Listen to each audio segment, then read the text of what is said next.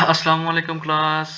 मैं हूं आपका होस्ट गुलाम मुइतबा और आज आप देख रहे हैं ऑपरेटिंग सिस्टम के एक मोस्ट इम्पोर्टेंट लेक्चर की जानब जहां हम बढ़ रहे हैं डेडलॉक ऑपरेटिंग सिस्टम में एक अहमियत का हामिल है। चैप्टर नंबर 7 पे हम पहुंचे हुए हैं। डेडलॉक क्या होता है, इसकी थोड़ी सी आउटलाइन देखते हैं। हम सिस्टम मॉडल देखेंगे, डेट्राइड करेक्टराइज देखेंगे, मेथड ऑफ हैंडलिंग डेडलॉक, यानी कि हम सारा कुछ इसके इंपॉर्टेंट चीज़ें देखेंगे। डेडलॉक होता है क्या है। सबसे पहले हम देखते हैं कि बच्चों सिस्टम मॉडल क्या होता है। सिस्टम क्या चीज़ होती है, सिस्टम होता क्या है। सिस्टम कंसिस्ट होता है रिसोर्सेज पर।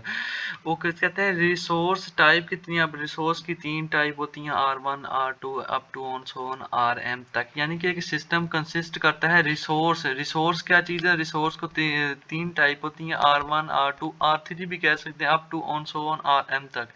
ये मैथ के स्टूडेंट समझ जाते हैं कि जल्दी से आता है, लेकिन आप लोगों को समझाने के लिए थोड़ी सी एक्सप्लेनेशन की ज़रूरत होती है कि आर चलता जाता है। CPU cyclic memory space IO devices होते हैं। ईच रिसोर्सेज टाइप RI, यानी कि RI हो सकता है 1 भी हो सकता है, 2 भी हो सकता है, 0 से भी स्टार्ट हो सकते हैं। RI से ये मुराद है। हैज़ WI भी इंस्टेंस होते हैं। ईच प्रोसेस यूटिलाइज हर रिसोर्स फॉलोइंग, वो कहता जी रिक्वेस्ट होती है, यूज़ होती है, रिलीज होती है। तो बच्चों आप लोग देखते होंगे, फॉर एग्जांपल हमने फेसबुक पे किसी को रिक्वेस्ट भेजी, तो ये रिसोर्सेज की एक आपको डेली लाइफ में से एग्जांपल देते हैं। हमने उसे रिक्वेस्ट भेजी, बाद में उसे यूज़ किया और रिलीज कर दिया। ये एक रिसोर्सेज की सिस्टम मॉडल में इजी एग्जांपल है। डेडलॉक करेक्टराइज, यानी कि किन कंडीशनों से डेडलॉक हो सकता है, डेडलॉक को एक्सटेंड किया जाता है। डेडलॉक कैन अराइज, यानी कि यही हमारा मेन टॉपिक है जो आपको कहते हैं मेंटल एक्सक्लूजन। वन प्रोसेस कहता है कि एक प्रोसेस जो होता है ना, एक process at the time can use resource, यानी कि एक प्रोसेस यूज करता है resource at the time, same वक्त में अब एक प्रोसेस को यूज किया जा रहा है, तो वो मेंटल एक्सक्लूजन कहता है।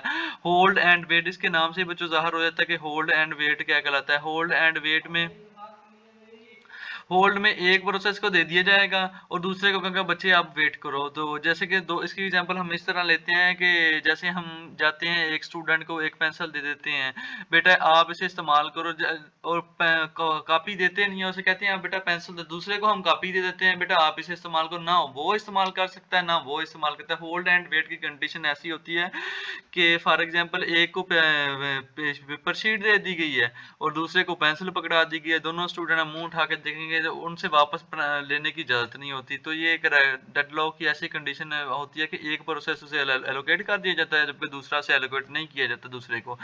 इसकी देखते हैं थ्योरी, देखते हैं process handling at least one resource, handle करता है at least one resource in waiting to acquire additional resources hold in other process, यानी कि दूसरे प्रोसेस को एक्यूरेट कंडीशन में दे देता है।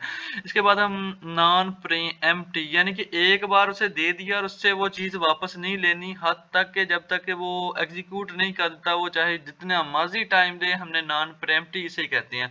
उससे वापस नहीं लेना resource. Resources can be rise only voluntary by the process handling its after the process by complete task, यानी कि वही बात कर रहा है कि उसे वोलेटाइल दे दिया जाता है लेकिन बाद में उससे वापस नहीं लिया जाता है।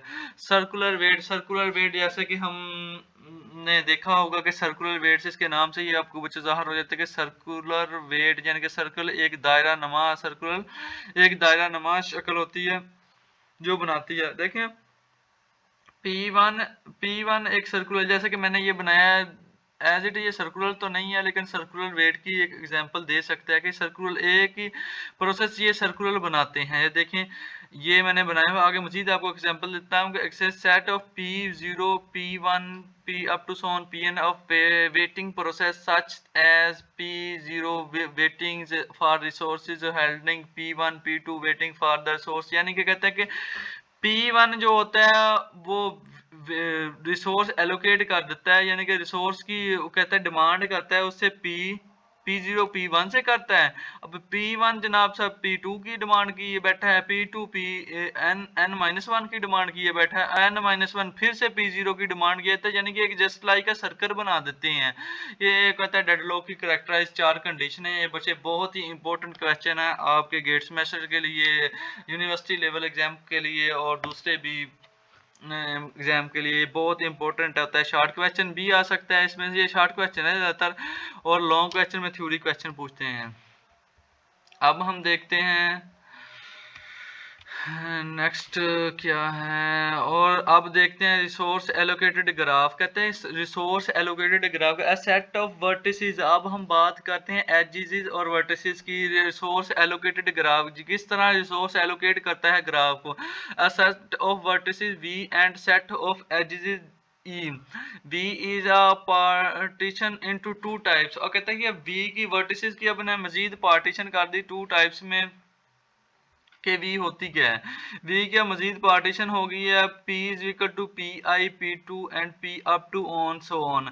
कहता है that the set consist of process, यानी कि हमें प्रोसेस से वाज़ेह हो जाएगा कि P प्रोसेस से निकला है इन द सिस्टम, और R रिसोर्स यानी कि वर्टिसेस की दो टाइप है, consist of resource type in the system, यानी कि R वाला जो रिसोर्सेज होता है वो R से मेरा ख्याल डिनोटेड किया जाता है और P प्रोसेस होते हैं। आगे हम मजीद देखते हैं रिक्वेस्ट एजेस। जब भी हम किसी से दरखास्त करते हैं, रिक्वेस्ट भेजते हैं, तो डायरेक्ट एजेस पी आई से वो भेजी जाने वाले की तरफ होता है एरो, ठीक है। आर जे यानी कि रिक्वेस्ट कर रहा है, उससे रिसोर्सेज मांगने की, ये रिक्वेस्ट कर रहा है, यहाँ पे ये रिसोर्सेज मांगने की रिक्वेस्ट की जा रहा है, ठीक है। ये रिसोर्सेज मांगने की रिक्वेस्ट किए जा रहे हैं। तो आगे हम देखते हैं असाइनमेंट एज। जब किसी को साइन किया जाता है, R I direct edge sign कर रहा है पी आई को, पी आई के पीछे आ जाती है वो एरो, वो उसे साइन हो जाता है। अब हम देखते हैं जनाब नेक्स्ट क्या होता है इनके ग्राफ की वजाहत से हम देखते हैं कि थोड़ा सा समझते हैं इसे। रिसोर्सेज एलोकेटेड ग्राफ, रिसोर्सेज को कैसे एलोकेटेड बच्चों ग्राफ किया जाता है। प्रोसेस इसे बोलते हैं, जैसे ये नहीं होगा इसे प्रोसेस बोलते हैं, इसे डिनोटेड इससे किया जाता है। जब भी आपको प्रोसेस की बात की जाए तो वो इससे डिनोटेड है। रिसोर्सेज टाइप विद 4 इंस्टेंस, ये डब्बे में जो है ना रिसोर्सेज के इंस्टेंस हैं, रिसोर्सेज के 4 ड्रॉप किए गए हैं डब्बे, यानी कि ये इंस्टेंस हैं। ये एक प्रोसेस को भी दो सकता है, 2 या 4 प्रोसेस को आप असाइन कर सकता है। P1 request instance of R J, P I अब रिक्वेस्ट कर रहा है रिक्वेस्ट इंस्टेंस आर जे, इनमें से अब पता नहीं है इसे कौन सा चाहिए। कोई बात नहीं, अगर रिक्वेस्ट भेज दी गई तो 1 एलोकेट कर दिया जाएगा, फिर अगर 2 रिक्वेस्ट होंगी तो 2 एलोकेट कर दिया जाएगा। इसी तरह P इज होल्डिंग इंस्टेंस, अब ले रहा है उससे P1 उससे RJ से, तो उसे एक दे दिया गया है। इसी तरह आप देखते हैं मजीद आप समझेंगे इसको बहुत अच्छे तरीके से। एग्जाम्पल से देखते हैं एलोकेटेड ग्राफ की रिसोर्सेज के। कहते हैं कि एलोकेटेड ग्राफ क्या कहते हैं। मैंने जैसे कि आपको पता है P1 अब ले रहा है किससे, रिसोर्सेज R2 से। ये जो P1 है ना, ये R2 से रिसोर्सेज ले रहा है, ठीक है। और P1 खुद दे रहा है R1 को, ये जो P1 एरो है ना ये R1 को दे रहा है, ठीक हो गया। इसके बाद देखते हैं कि P2 R1 को दे रहा है। इसके बाद देखते हैं R1, अब P2 किससे ले रहा है, R1 से ले रहा है P2, और दे वापस किससे रहा है, R3 को, ठीक हो गया। अब P2 में एक और खासियत आती है कि ये एक रिसोर्सेज R2 से भी ले रहा है, ठीक है, साफ नजर आ रहा है। और R3 किसे दे रहा है, P3 को। लेकिन ये सर्कुलर ग्राफ नहीं है। सर्कुलर ग्राफ बनाने एक आपको एग्जांपल ग्राफ कैसे ग्राफों में होते हैं। R4 जो है वो खाली बैठा हो, ना दे रहा ना ले रहा है किसी भी रिसोर्सेज को, P1 ले रहा है दे रहा है, ठीक है।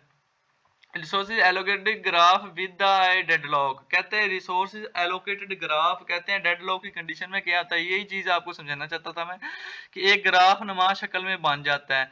अब ये जनाब P1 ले किससे रहा है, रिसोर्स R2 से ले रहा ना, ये रहा R2 से रिसोर्सेज ले रहा है P1, ठीक हो गया।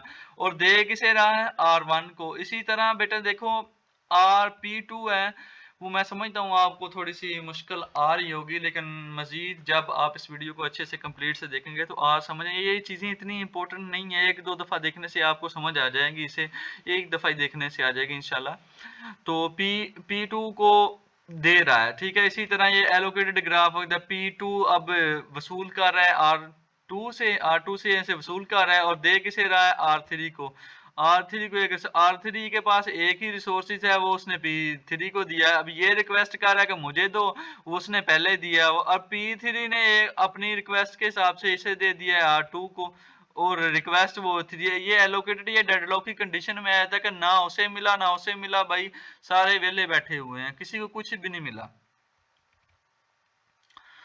Graph with a cyclic but but not deadlock. हाँ, हम बोल सकते हैं कि ग्राफ भी हो सर्कुलर, जैसे मैंने आपको बताया पीछे पीछे एक्सप्लेन किया था कि ग्राफ भी हो लेकिन वो डेडलॉक की कंडीशन में ना आए, ये भी इंपॉर्टेंट है। ये एमसीक्यूज भी आ सकता है। वो किस तरह होगा, क्यों हो सकता है? क्योंकि सर उसमें रिसोर्स ज्यादा होंगे R1 के। ये भी एक हो सकता है, R1 के रिसोर्स ज्यादा होंगे, वो उन्हें मिलेंगे जो जो जिसकी रिक्वेस्ट कर रहा है, लेकिन एक आधा खाली होगा, यानी कि ग्राफ भी बन रहा होगा लेकिन R1 की वर्टिसेस के रिसोर्सेज ज्यादा होंगे। जैसे कि आप देखो R2 ने एक अपना रिसोर्स दिया किसे, P1 को। R2 ने एक दिया ना, R2 के पास कितने हैं इंस्टेंस, 2 पड़े हुए हैं, ठीक हो गया। और P1 ने यानी कि रिक्वेस्ट यानी कि आगे से भेज दिया अपना रिसोर्सेज, किसे दिया, R1 को। रिक्वेस्ट की है कि मुझे अपना रिसोर्सेज दो। अब R2 ने तो दे दिया अपना, P1 रिक्वेस्ट कर रहा है कि मुझे इसमें से दो। R1 ने अब देखो अपना एक इंस्टेंस दे दिया है P2 को। अब P2 तो फ्री फिलहाल ना ही अगर से उससे कोई रिक्वेस्ट कर रहा है, ना ही वो अपना पहले प्रोसेस कंप्लीट करेगा, और R1 का ये इंस्टेंस तो खाली पड़ा हुआ होगा ना, वो अपना रिसोर्स कंप्लीट कर लेगा एज ए टाइम में।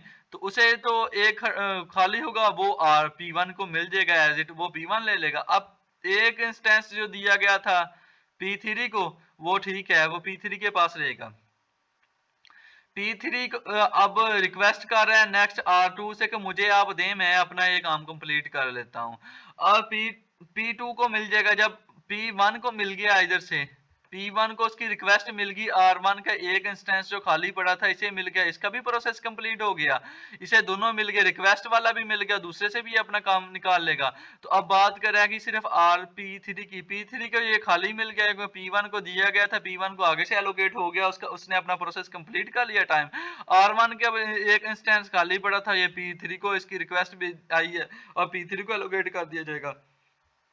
ये P4 ने आगे ना ही किसी रिक्वेस्ट की है ना ही कुछ किया है, P4 एज इट इसे कंप्लीट करेगा R2 के एक इंस्टेंस को और काम कंप्लीट कर लेगा।